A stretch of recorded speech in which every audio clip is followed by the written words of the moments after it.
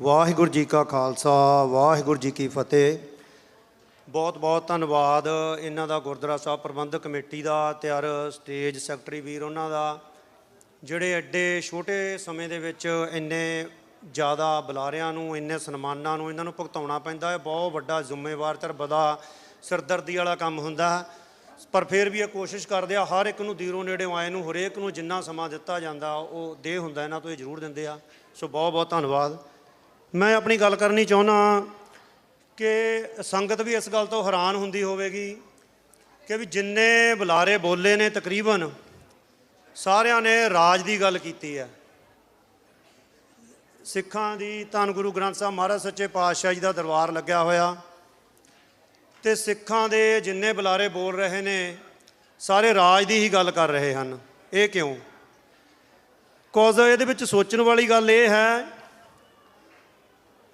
ਵੀ ਜਿਹੜਾ ਰਾਜ ਹੈ, ਇਹਦੀ ਜੋ ਗੱਲ ਹੈ, ਜੋ ਰਾਜ ਦਾ ਸਾਡਾ ਸੁਪਨਾ ਹੈ, ਇਹ ਸਾਨੂੰ ਬਖਸ਼ਿਆ ਹੀ ਧੰਨ ਗੁਰੂ ਗ੍ਰੰਥ ਸਾਹਿਬ ਮਹਾਰਾਜ ਸੱਚੇ ਪਾਤਸ਼ਾਹ ਦੀ ਬਾਣੀ ਨੇ, ਬਾਣੀ ਦੇ ਸਿਧਾਂਤ ਨੇ ਹੈ।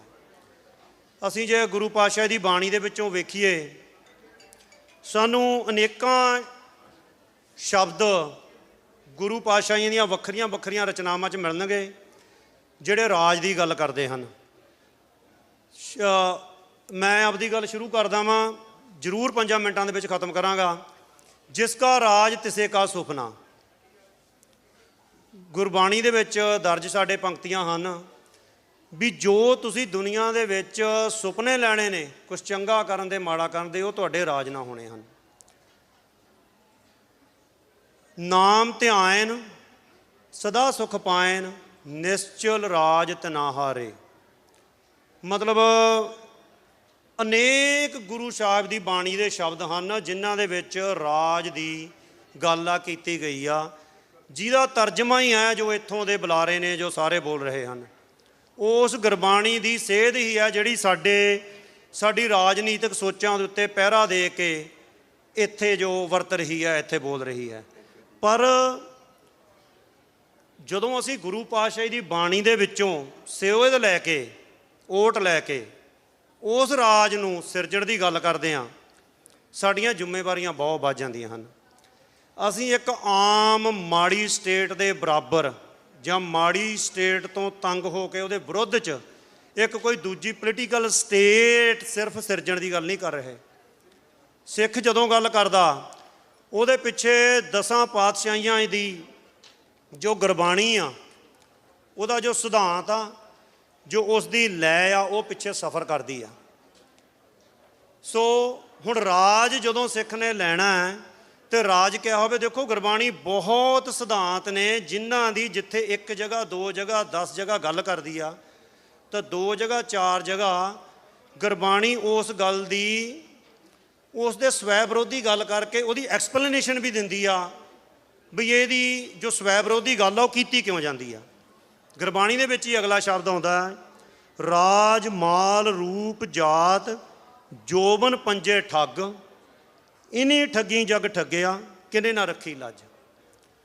ਹੁਣ ਇਹ ਗੱਲ ਸਾਨੂੰ ਦੱਸਦੀ ਆ ਵੀ ਜਿਹੜੀ ਅਸੀਂ ਰਾਜ ਦੀ ਗੱਲ ਕਰਦੇ ਹਾਂ, ਉਹ ਕਿਹੜਾ ਰਾਜ ਹੈ ਜਿਹਨੂੰ ਗੁਰਬਾਣੀ ਠੱਗ ਕਹਿੰਦੀ ਹੈ।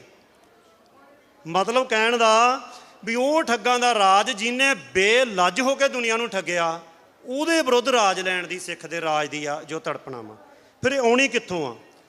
ਦੇਖੋ, ਜਿੰਨਾ ਚਿਰ ਗੁਰਬਾਣੀ ਦੀ ਵੇਦਨਾ ਦਾ ਕੰਡ ਸਾਡੇ ਮੋਢੇ 'ਤੇ ਰਹੂਗਾ, ਦਾ ਹੱਥ ਸਾਡੇ ਮੋਢੇ 'ਤੇ ਰਹੂਗਾ, ਅਸੀਂ ਥਿੜਕਾਂਗੇ ਨਹੀਂ। ਨਹੀਂ ਤਾਂ ਜਦੋਂ ਗੁਰਬਾਣੀ ਦਾ ਇਹ ਦੈਵੀ ਪਹਿਰਾ ਵਾ ਸਾਤੋਂ ਕਮਜ਼ੋਰ ਹੋਊਗਾ, ਸਾਤੋਂ ਗਲਤੀਆਂ ਹੋਣਗੀਆਂ, ਸਾਤੋਂ ਜਿਹੜੇ ਦੁਨਿਆਵੀ ਰਾਜ ਨੇ ਇਹਦੇ ਦਬਕਿਆਂ ਦਾ ਅਸੀਂ ਜ਼ਿਆਦਾ ਪ੍ਰਭਾਵ ਕਬੂਲ ਕਰਾਂਗੇ। ਸੋ ਇਹ ਦੂਰ ਕਿੱਥੋਂ ਹੋਣਾ?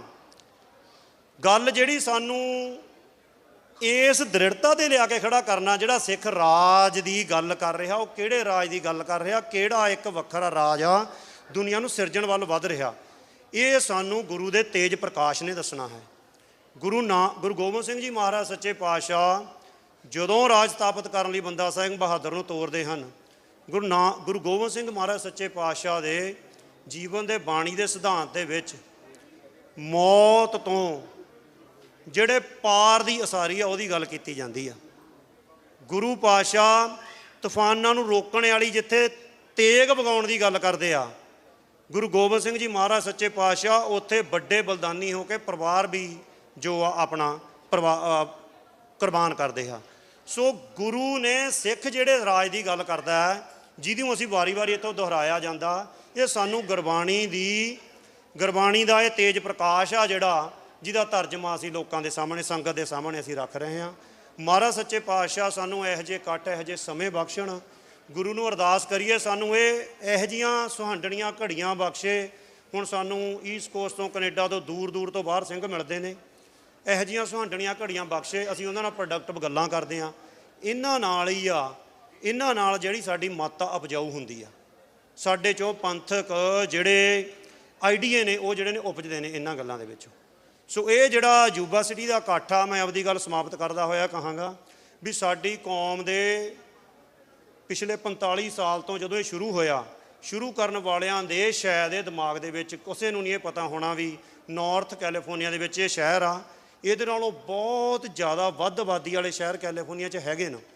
ਬਟ ਇਹ ਸ਼ੁਰੂ ਹੋਇਆ ਨਗਰ ਕੀਰਤਨ, ਮਹਾਰਾਜ ਨੇ ਇੱਕ ਬਖਸ਼ਿਸ਼ ਕਰਨੀ ਹੁੰਦੀ ਆ ਵੀ ਸਾਡੇ ਨਾਰਦਰਨ ਕੈਲੀਫੋਰਨੀਆ ਦਾ, ਸਾਡੇ ਅਮਰੀਕਾ ਦਾ ਤਕਰੀਬਨ ਇੱਕ ਵੱਡਾ ਇਕੱਠ ਆ। ਇਹ ਆਉਣ ਵਾਲੇ ਸਮਿਆਂ 'ਚ ਸਾਡੀ ਸਿੱਖਾਂ ਦੀ ਸੌਫਟ ਪਾਵਰ ਦਾ ਇੱਕ ਵੱਡਾ ਥੰਮ ਆ ਜਿਹੜਾ ਇਹ ਸਾਬਤ ਹੋਇਆ ਹੈ। ਆਉਣ ਵਾਲੇ ਸਮੇਂ 'ਚ ਵੀ ਇਸੇ ਤਰ੍ਹਾਂ ਹੀ ਹੋਵੇਗਾ। ਇੰਨੀਆਂ ਗੱਲਾਂ ਕਹਿੰਦਾ ਹੋਇਆ ਭੁੱਲ ਚੁੱਕ ਦੀ ਮਾਫੀ ਮੰਗਦਾ ਹਾਂ। ਵਾਹਿਗੁਰੂ ਜੀ ਕਾ ਖਾਲਸਾ, ਵਾਹਿਗੁਰੂ ਜੀ ਕੀ ਫਤਿਹ।